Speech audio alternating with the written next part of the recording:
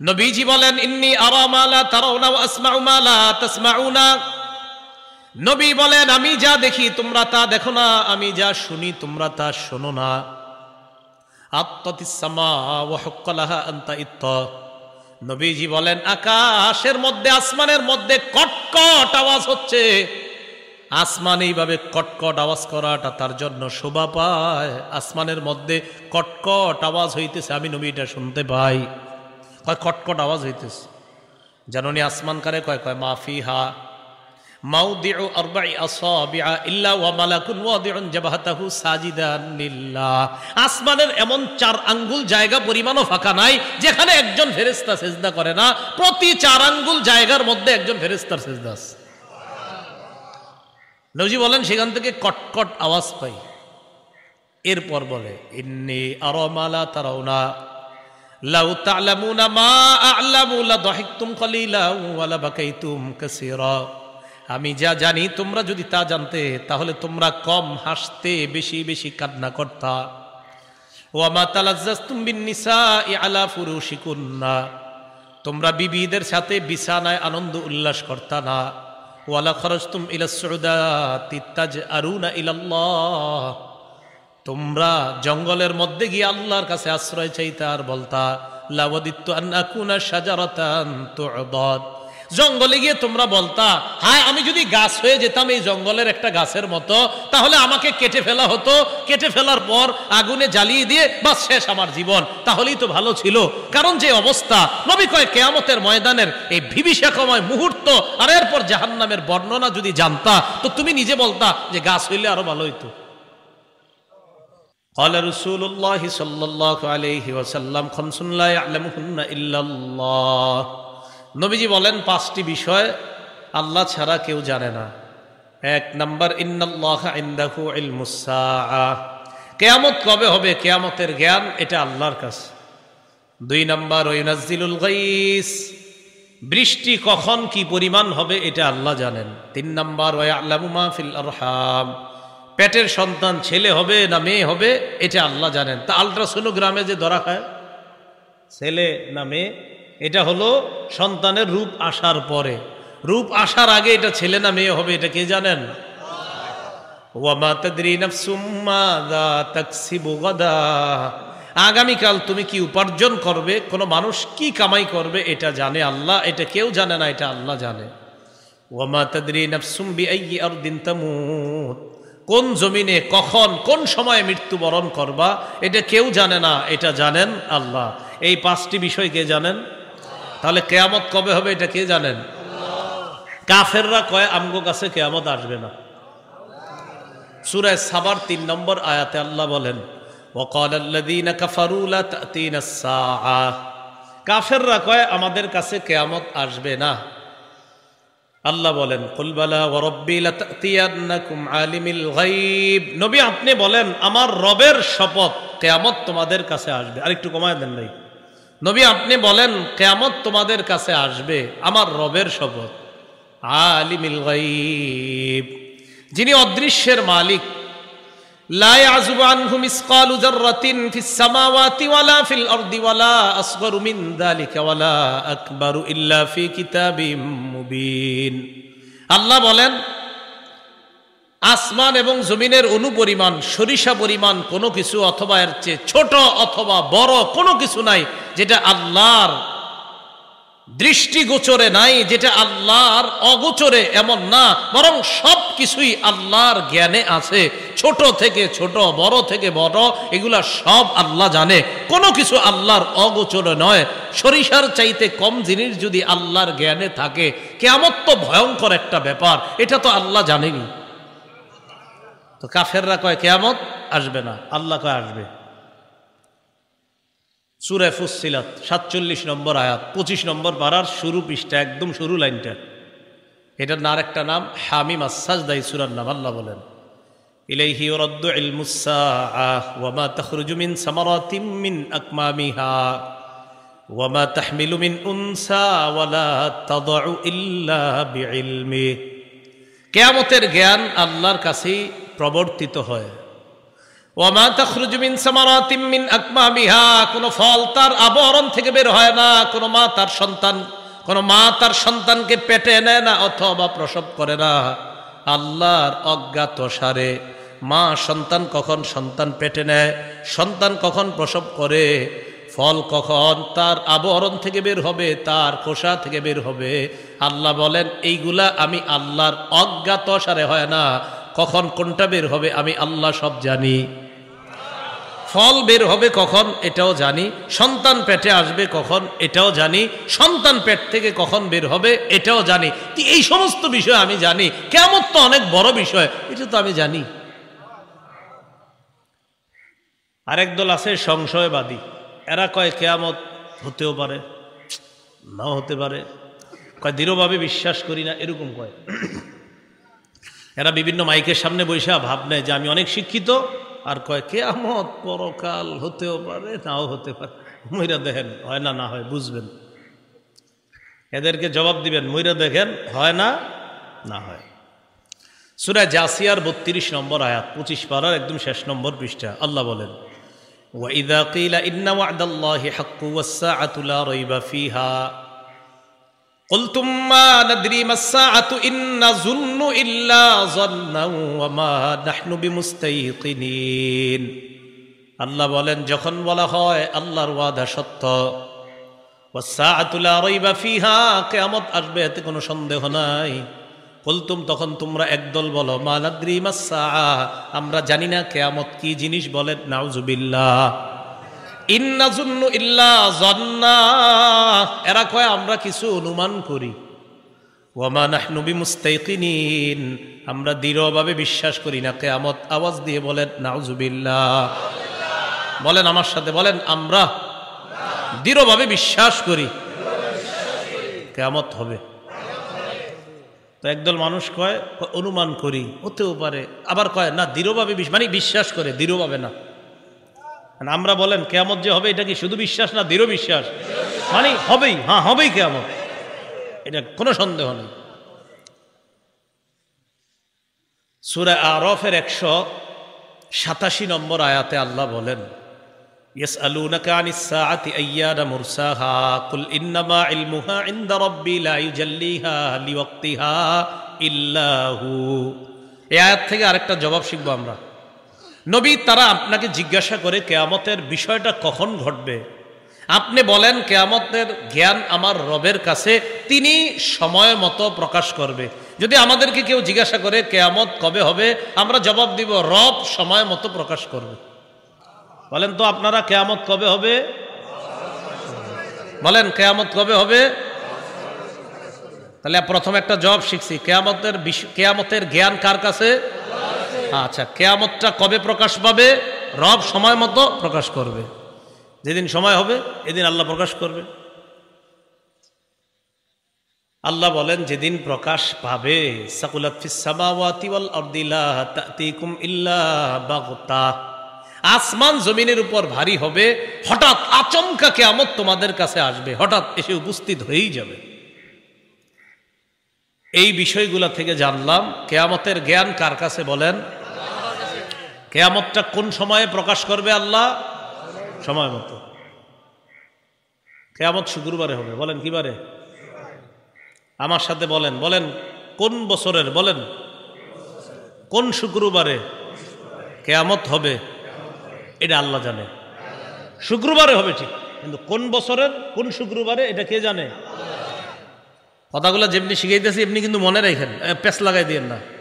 কিয়ামতের জ্ঞান কার কাছে? কিয়ামতটা কোন সময় আল্লাহ প্রকাশ করবে? সময় মতো, যখন আল্লাহ চায়, মন চাইবে প্রকাশ করবে। কিয়ামত কিবারে? কোন বছর? কোন এক বছরের কোন এক শুক্রবারে। এটা বছরটা কোনটা আর কোন শুক্রবার এটা কে জানে? আল্লাহ জানে।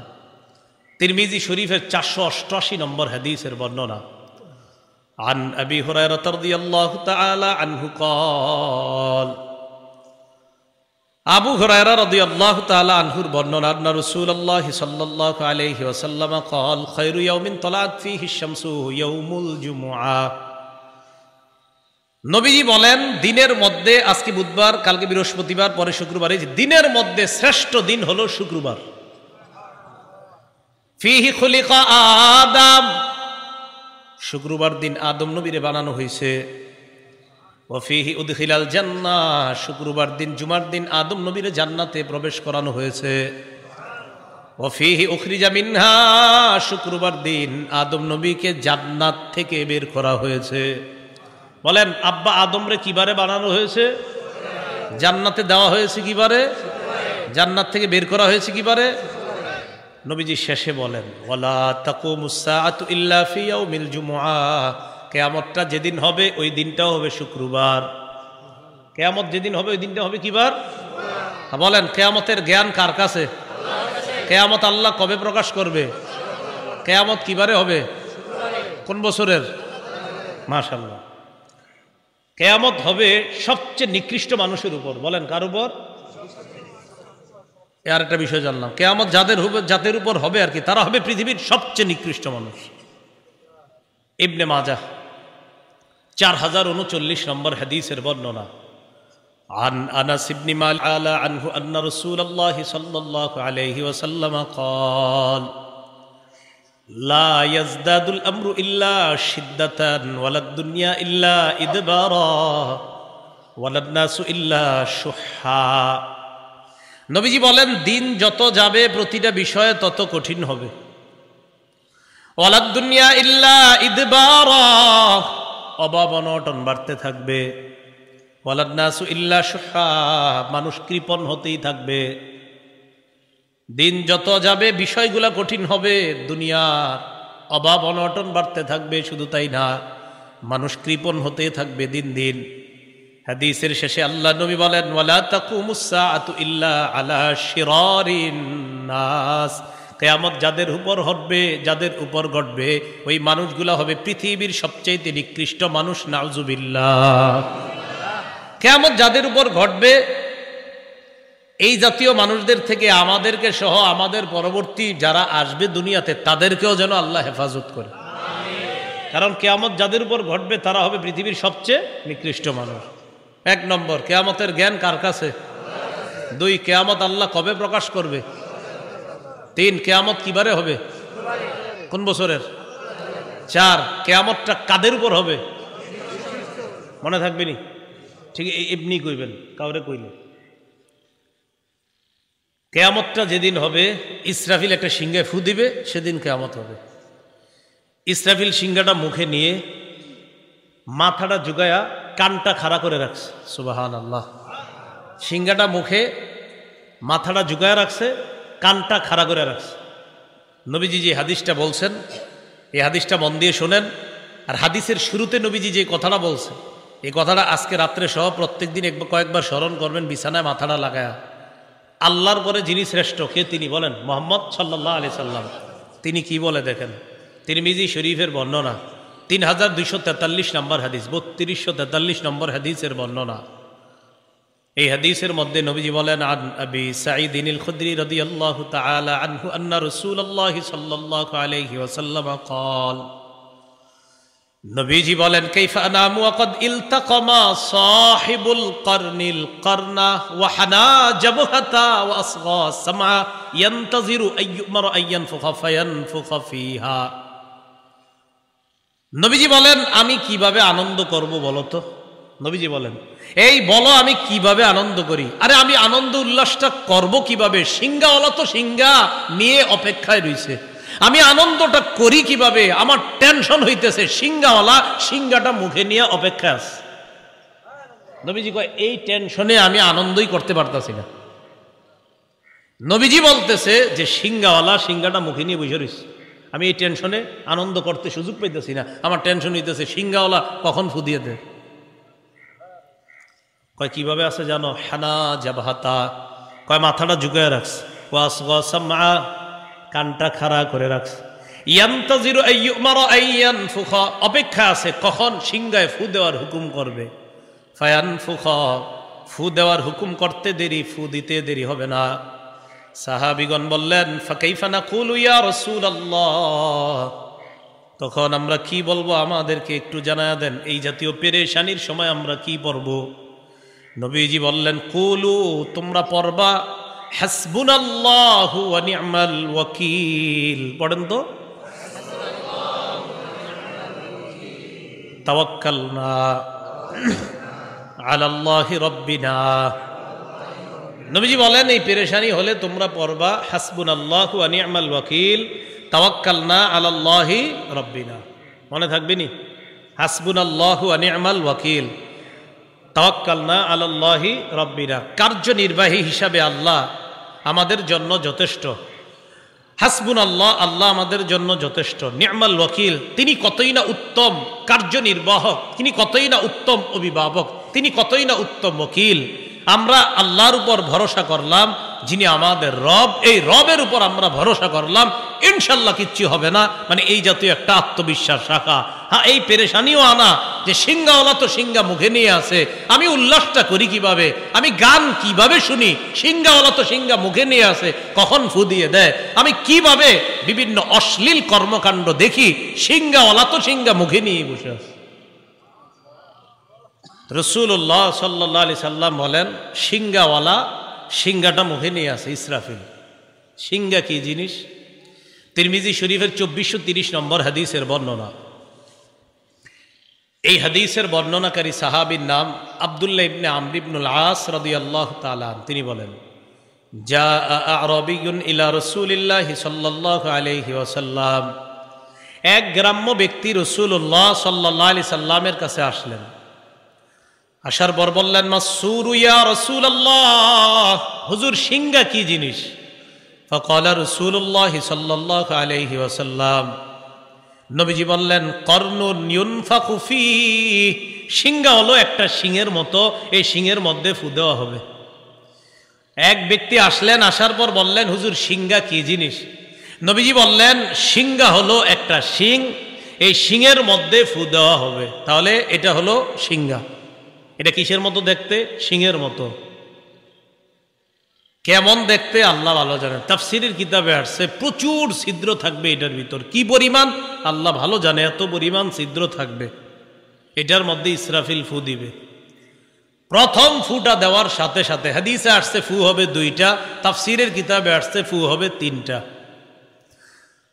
হাদিসের ভাষ্য অনুযায়ী যদি ফু 2টা হয়, প্রথম ফুয়ে জমিন পাহাড়গুলা এক ধাক্কায় সব চূর্ণ বিচূর্ণ হয়ে যাবে। এক ধাক্কায় মানুষগুলা বেহুশ হয়ে যাবে। দ্বিতীয় ফুয়ে সব মানুষগুলা বেহুশি থেকে আবার কিয়ামতের ময়দানে উঠবে।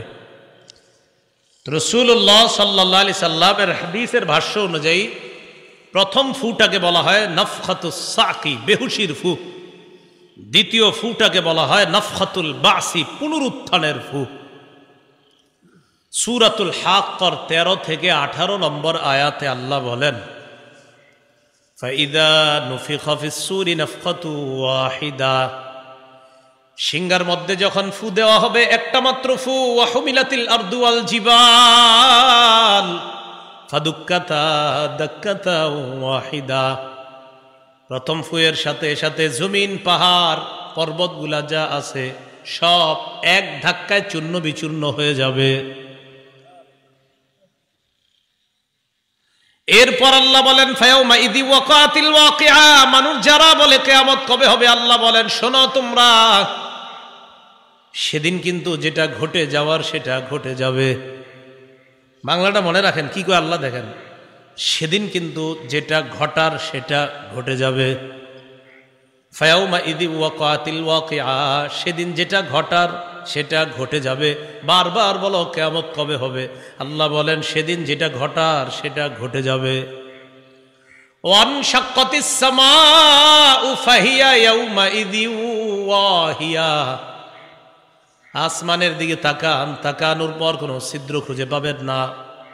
সূরা মুলকে আল্লাহ বলেন ফারজিইল বাসারা হাল তারা মিন ফুতুর, দৃষ্টিটা আসমানের দিকে ফিরাও, ফিরানোর পর দেখবা আসমানের মধ্যে কোনো ছিদ্র নাই। সুম্মারজিইল বাসারা কাররাতাইন, বারবার ফিরাও, আবার চোখ দাও। একবার আপনি আসমানের দিকে চোখ দিলেন, দেওয়ার পর চোখটা নিচের দিকে আনলেন, আল্লাহ কয় আবার দাও, দেওয়ার পর আসমানের মধ্যে কোনো ছিদ্র খুঁজো। লম্বা সময় তালাশ করে কোনো ছিদ্র খুঁজে পাই না, পাবো কিভাবে? আল্লাহ বলেন ওয়াজআলনাস সামাআ সাকফাম মাহফুজা, আমি আল্লাহ এই আসমান তোমাদের জন্য সংরক্ষণকারী ছাদ হিসাবে বানাইলাম। বলেন তো আমাদের এই দুনিয়ার ছাদের নাম কি? তো কোনো ছিদ্র পাই? আচ্ছা, সিংহায় ইসরাফিল যখন ফু দিবে আল্লাহ বলেন ওয়ানশাক্কাতিস সামাউ ফাহিয়া ইয়াউমাইযিন ওয়াহিয়া, যে আসমানে আল্লাহ বললেন ছিদ্র তালাশ করার জন্য, তালাশ করে পাই না, আল্লাহ বলেন ইসরাফিল যখন সিংহায় ফু দিবে ওয়ানশাক্কাতিস সামা, আসমান ফেটে যাবে, ফাহিয়া ইয়াউমাইযিন ওয়াহিয়া, অবিচল আসমান দুর্বল হয়ে যাবে, অচল হয়ে যাবে, চৌচির হয়ে যাবে, টুকরা টুকরা হয়ে যাবে। তাহলে আসমান, জমিন, পাহাড়, পর্বত সব ধ্বংস। আল্লাহ বলেন ওয়াল মালাকু আলা আরজাইহা, চারপাশে ফেরেশতারা থাকবে, ওয়া ইয়াহমিলু আরশা রাব্বিকা ফাওকাহুম ইয়াওমাইযিন সামানিয়া, এর উপরে আপনার রবের আরশটা 8 জন ফেরেশতা বহন করে ধরে রাখবে। সব শেষ হয়ে যাবে, 8 জন ফেরেশতা এইভাবে আরশটা ধরে রাখবে। এরপর আল্লাহ বলেন ইয়াউমাইযিন তু'রাদুনা লা তাখফা মিনকুম খাফিয়া, সেদিন তোমাদেরকে পেশ করা হবে, তোমাদেরকে উপস্থিত করা হবে, লা তাখফা মিনকুম খাফিয়া, সেদিন কোন গোপনীয় জিনিস গোপন থাকবে না। গোপনীয় জিনিস কি থাকবে না? হুজুর কথাটা গোপন রাখেন, দুনিয়াতে বলি না এরকম বইলা, ভাই কথাটা বললাম গোপন রাখেন, কথাটা বললাম গোপন রাখেন, এটা এইখানেই আল্লাহ বলেন সেদিন কোনো গোপনীয় জিনিস গোপন থাকবে না। আমি যা চাবো সেটাই হবে, আমি চাইবো প্রকাশ করতে প্রকাশ হবে, আমি চাবো গোপন রাখতে তো গোপন থাকবে, আমি আল্লাহ যেটা চাবো সেদিন সেটাই হবে। তো এইভাবে যখন আপনার কিয়ামতটা কায়েম হবে, প্রথম ফু, এবার দ্বিতীয় ফু দেওয়ার পরে সব মানুষগুলো উঠবে। তো কিভাবে আমাদেরকে জমা করা হবে? সহিহ বুখারীর বর্ণনা 6527 নম্বর হাদিসের বর্ণনা, আম্মা জান আয়েশা সিদ্দিকা রাদিয়াল্লাহু তাআলা আনহার বর্ণনা, তিনি বলেন ক্বালা রাসূলুল্লাহ সাল্লাল্লাহু আলাইহি ওয়াসাল্লাম তুহশারুনা হুফাতান উরাতান গুরলা, কিয়ামতের ময়দানে তোমাদেরকে উপস্থিত করা হবে খালি পায়ে, উরাতা, দেহের মধ্যে কোনো কাপড় থাকবে না, গুরলা, খতনাবিহীন তোমাদেরকে কিয়ামতের ময়দানে উপস্থিত করা হবে, জমা করা হবে।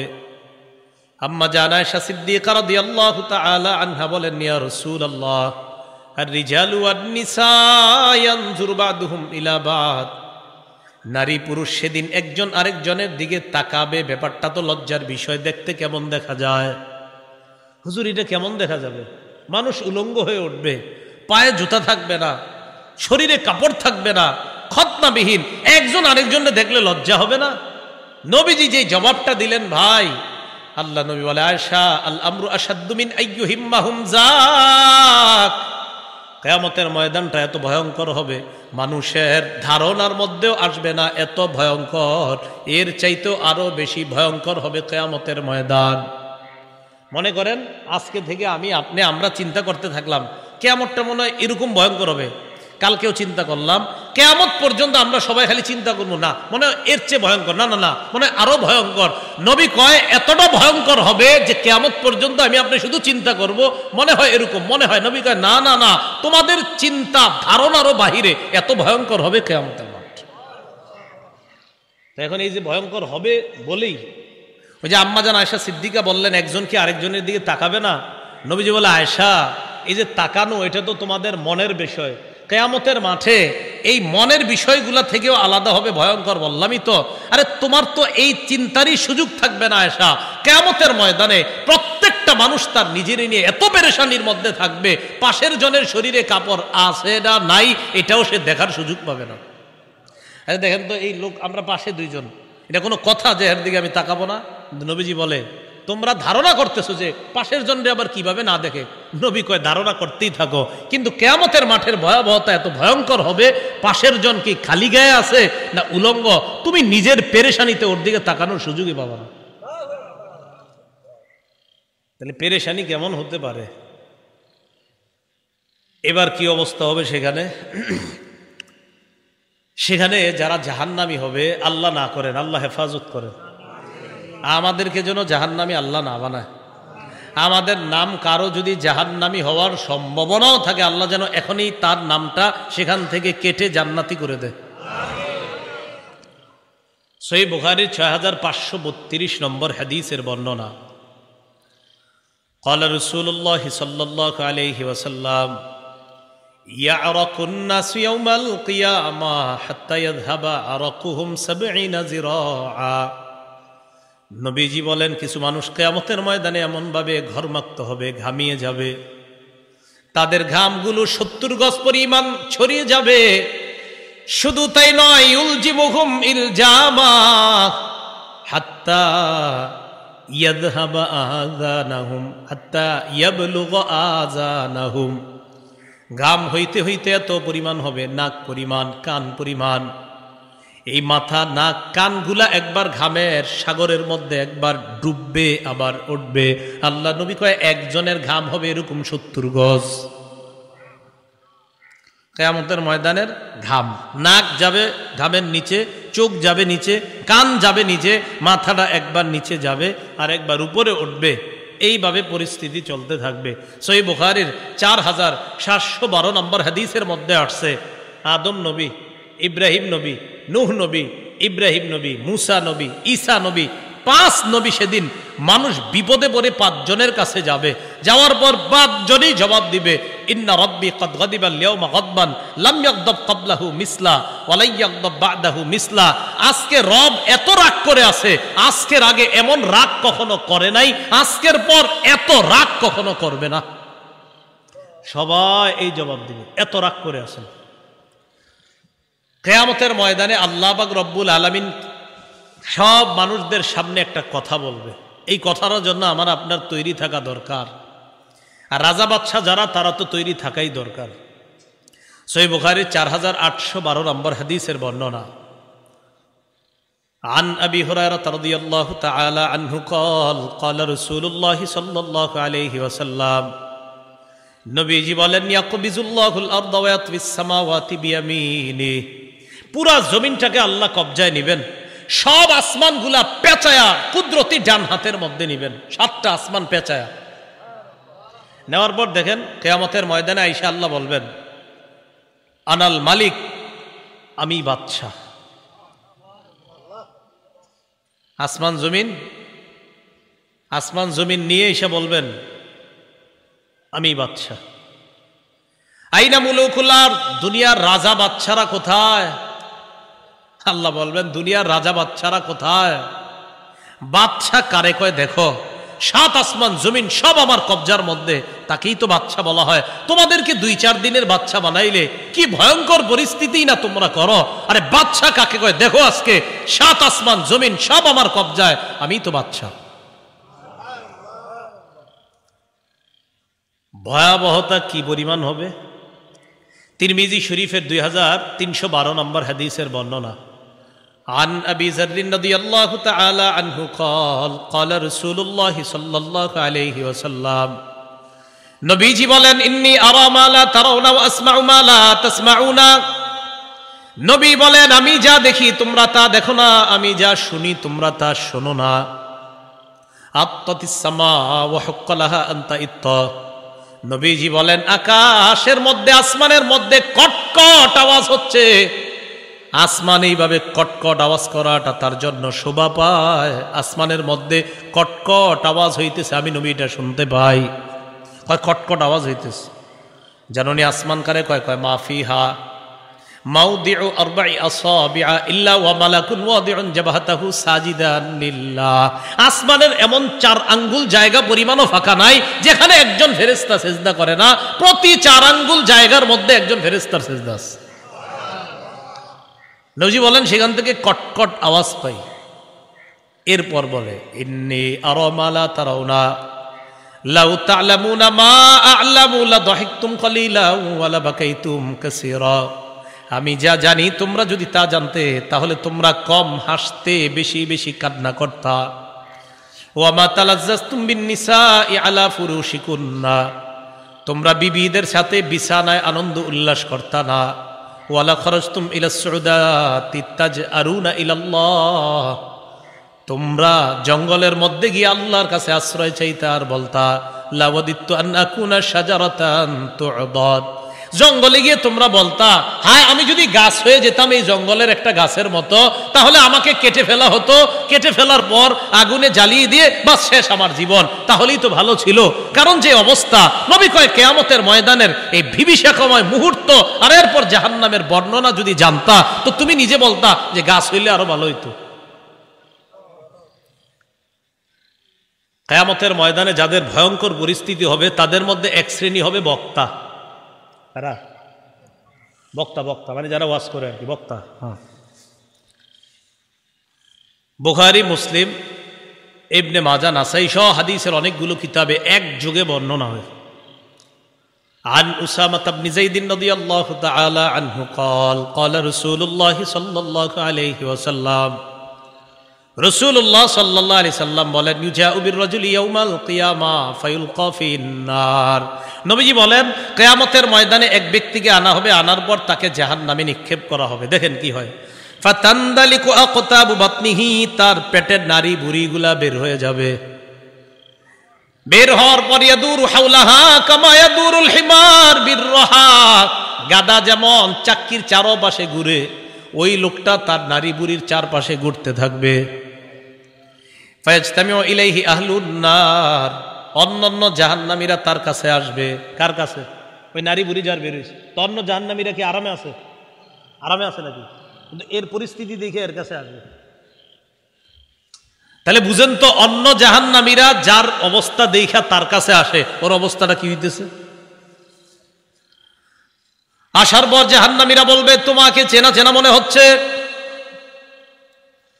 আলাম তাকুন তা'মুরুনা বিল মা'রুফ ওয়া তানহানা আনিল মুনকার, তুমি কি ওই ব্যক্তি না যে আমগরে সৎ কাজের আদেশ কর্তা? তুমি কি সে না?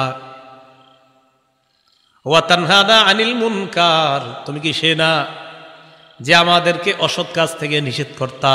তুমি কি সে না? তুমি ওই ব্যক্তি না যে সৎ কাজের আদেশ কর্তা, অসৎ কাজ থেকে নিষেধ কর্তা? সে জবাব দিবে বালা, হ্যাঁ আমি সে। তো তুমি এখানে কেন? তোমার কথা আমরা শুনি নাই, হয়তো এই কারণে আমরা জাহান্নামী, তুমি এখানে কেন? ওই ব্যক্তি জবাব দিবে কুনতু আমুরুকুম বিল মারুফ ওয়ালা আতি, আমি তোমাদেরকে সৎ কাজের আদেশ করতাম, আমি নিজেই করতাম না। ওয়া আনহাকুম আনিল মুনকার, অসৎ কাজ থেকে নিষেধ করতাম। ওয়া আতিহি, আমি নিজে অসৎ কাজ করতাম। যেমন আপনাদেরকে বললাম ফজরের নামাজ পড়েন, আমি গিয়ে পড়লাম না, কথার কথা। হ্যাঁ, এখান থেকে যাইতে ফজর হয়ে যাবে নিশ্চিত। হ্যাঁ, এই বিষয়গুলো মাথায় রাখা, সামনের দিকে যেন যাইতে ফজর না হয় এমন জায়গায় না আনা। তো যাই হোক, তো যাইতে যাইতে ফজর হয়ে যাবে, বিষয়টা কথার কথা আর কি। এরপরে 3টা মাদ্রাসা ক্লাসও নিতে হবে। তো মনে করেন ঘুম নাই, নিশ্চিত ঘুম নাই। তো এই যে আপনাদেরকে বললাম যে ফজর পড়েন, তা আপনারা পড়েন বা না পড়েন, কিন্তু আমি যদি বইলা আমি ফজর না পড়ি, তো এই ব্যক্তির এই অবস্থা হবে যে কিয়ামতের ময়দানে তাকে জাহান্নামে নিক্ষেপ করা হবে, পেটের নারী বুড়িগুলা বের হবে, তাকে অন্যান্য জাহান্নামীরা দেখতে আসবে, বলবে তুমি তো সে আমগরে ভালো কথা বলতা, তুমি নিজেই পালন করতা, আমাদেরকে খারাপ কাজ থেকে নিষেধ করতা। সে বলবে ভাই আমি সেই, কিন্তু আমি নিজে ভালো কাজ কথা বলতাম ঠিক, আমি পালন করতাম না, অসৎ কাজ থেকে নিষেধ করতাম, তো আমি নিজেই অসৎ কাজ করতাম, এই জন্য আমার আজকে অবস্থা। কিয়ামতের ময়দানে ভয়ঙ্কর পরিস্থিতির মধ্যে যারা পড়বে তাদের এক শ্রেণী হবে বক্তা, যারা তারা। এরপর ওজনের পাল্লা কায়েম করে মানুষের গ্রুপ হবে 2টা, একদল হতভাগা আর একদল সৌভাগ্যবান। সূরা হুদের 105, 6, 7, 8 নম্বর আয়াতে আল্লাহ বলে দিয়েছেন ফামিনহুম শাকিয়্যু ওয়া সাঈদ, একদল হবে হতভাগা আর একদল সৌভাগ্যবান। ফাআম্মাল্লাযীনা শাকু ফাফিন-নার, যারা হতভাগা তাদের ঠিকানা জাহান্নাম। ওয়া আম্মাল্লাযীনা সুঈদু ফাফিল জান্নাহ, যারা সৌভাগ্যবান তাদের ঠিকানা চিরস্থায়ী জান্নাত। আমরা হতভাগা হব না সৌভাগ্যবান? আল্লাহ সকলকে সৌভাগ্যবানদের শামিল হওয়ার তৌফিক দান করেন। কিয়ামতের জ্ঞান কার কাছে? কিয়ামতের প্রকাশটা আল্লাহ করবেন কবে? কিয়ামত কিবারে হবে? কোন বছরের? কে জানে? কিয়ামত কাদের উপর হবে? মাহদি আসবেনি? মাহদি সে হবে যার সাথে নবীর কথা মিলে যাবে। বলেন মাহদি আসবে? বলেন মাহদি কে হবে? সবাই হ্যাঁ পুরাটা বলবেন, বলবেন যার সাথে নবীর কথা মিলে যাবে। বলেন ইমাম মাহদি কে হবে? আবার বলেন ইমাম মাহদি কে হবে? তাহলে চিপা চুপা থেকে কেউ যদি বলে আমি ইমাম মাহদি, হবে না। যার সাথে নবীর কথা মিলে যাবে তিনি হবেন ইমাম মাহদি।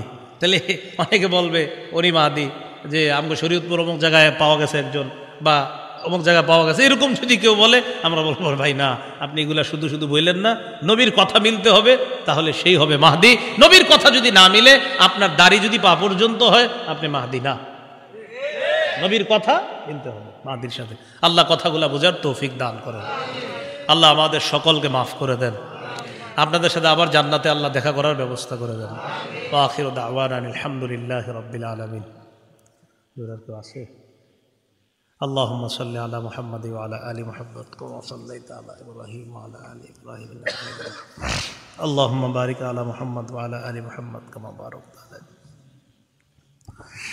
الحمد لله رب العالمين وعاقبة للمتقين والصلاة والسلام على سيد الأنبياء المرسلين وعلى آله وصحبه أجمعين ربنا ظلمنا أنفسنا وإن لم تغفر لنا وترحمنا لنكونن من الخاسرين মাবুদ মেহেরবান মাওলা আল্লাহ, একদম চাঁদপুরের কাছাকাছি মাওলা, শরীয়তপুরের এই মানুষগুলা কত মহব্বত করে ঢাকা থেকে এখানে দিনের কিছু কথা শোনার জন্য আনসান মাওলা। আল্লাহ আপনার কাছে ফরিয়াদ, দিনের খাতিরে আমাদের সকলকে পাঁচ ওয়াক্ত নামাজি বানায়া দেন।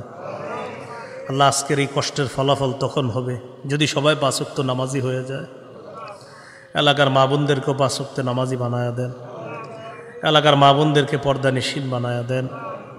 আল্লাহ কোরআন সুন্নাহর যে কথাগুলা শুনলাম, এই কথাগুলা যেন দৃঢ়ভাবে বিশ্বাস করতে পারি তৌফিক দান করেন। আল্লাহ কিয়ামত, আল্লাহ এটা বিরাট বড় একটা বিষয়। আল্লাহ কিয়ামত হবে সবচেয়ে নিকৃষ্ট মানুষের উপর। মাওলা নিকৃষ্ট মানুষের কাতারে আমাদের নামটা রাখেন না। আল্লাহ আমাদেরকে আপনি মাফ করে দেন। আল্লাহ আমাদেরকে আপনি মাফ করে দেন।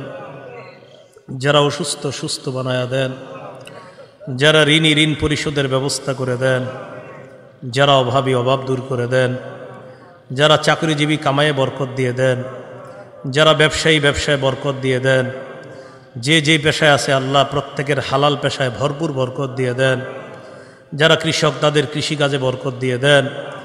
আল্লাহ যারা জেলে তাদের ওই কাজে ওই পেশায় বরকত দিয়ে দেন।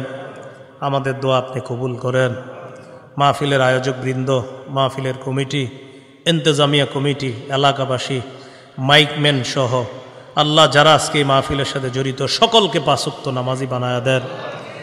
এলাকার উলামা তুলাবা সুলাহা সকলকে আপনি কবুল করে নেন। আইম্মা মাসাজিদ মুহতামিমিনে মাদারিস সহ আল্লাহ এলাকাবাসীর সকলকে আপনি কবুল করে নেন। আল্লাহ এলাকার উপর আসমানি রহমত বরকত নাজিল করেন। আল্লাহ আমাদের এই দেশটাকে সমস্ত প্রকার আযাব গজব থেকে হেফাজত করেন। আসমানি বালা মুসিবত থেকে হেফাজত করেন।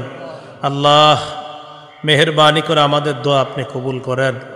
আল্লাহ আপনার কাছে একটা বিশেষ আবদার, শরীয়তপুরের যে মানুষগুলোর সাথে আজকে এখানে বসলাম, আল্লাহ আবদারটা কবুল করেন। এদের সকলের সাথে আবার জান্নাতে দেখা করায়া দিয়েন। আল্লাহ এই আরজিটা আপনি কবুল করে নেন। আল্লাহ এই মুহূর্তে আপনি এটা লিপিবদ্ধ করে দেন। আল্লাহ আমাদের নামগুলা জান্নাতীদের খাতায় লিখা দেন মাওলা। আল্লাহ এই আরজিটা আপনি কবুল করে নেন। আল্লাহ আমার উস্তাদরা যে যেখানে আছে সকলকে সুখে শান্তিতে রাখেন। যারা দুনিয়াতে নাই তাদের কবরগুলা জান্নাতের বাগান বানায়া দেন।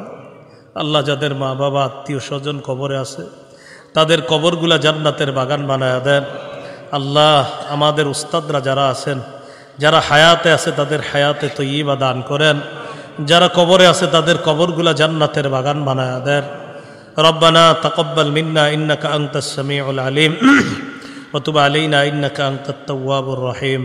ওয়া সাল্লাল্লাহু তাআলা আলা খাইরি খালকিহি মুহাম্মদ ওয়া আলা আলিহি ওয়া আসহাবিহি আজমাইন। সুবহানা রাব্বিকা রাব্বিল ইজ্জাতি আম্মা ইয়াসিফুন ওয়া সালামুন আলাল মুরসালিন। আলহামদুলিল্লাহি রাব্বিল আলামিন।